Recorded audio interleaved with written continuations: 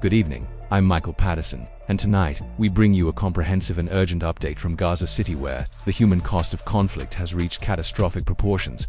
This is not just a military operation, it's a humanitarian crisis unfolding in real time. Viewers' discretion is advised. The footage you are about to see is disturbing. As of mid-September 2025, Israeli forces have intensified their assault on Gaza City, targeting densely populated civilian areas. Recent airstrikes have leveled 16 buildings, including 3 high-rise towers, resulting in at least 53 deaths and countless injuries. Among the victims were families seeking refuge in what were once considered safe zones. The UN has condemned this deadly escalation, highlighting the devastating toll on civilians already enduring suffering and starvation.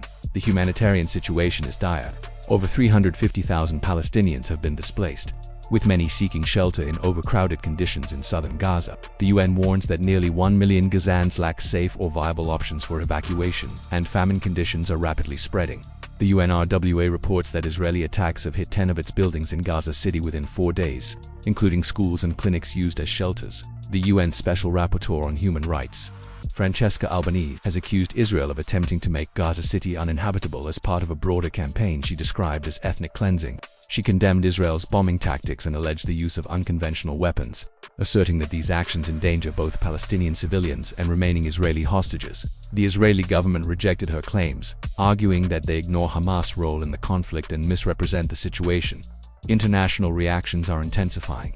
In an unprecedented move, the UK Ministry of Defence has announced a ban on Israeli students attending the Royal College of Defence Studies in London starting next year. This decision reflects growing pressure on the Israeli government to ease the humanitarian crisis in Gaza.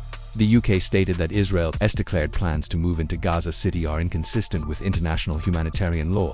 Meanwhile, in Qatar, Arab and Islamic leaders convened an emergency summit condemning Israel's actions and calling for a unified response. The Qatari Prime Minister urged the international community to reject double standards and hold Israel accountable for its actions in Gaza in the United States.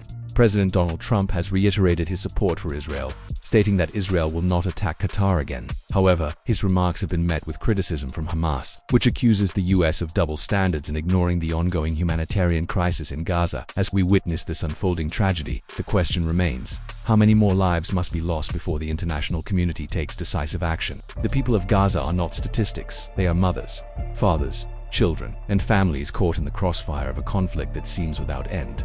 Free Press TV will continue to monitor this situation closely, bringing you updates as they become available. For now, the world watches as Gaza City endures its darkest hour. I'm Michael Patterson. Thank you for joining us. Stay tuned to Free Press TV for in-depth coverage of the human stories behind the headlines.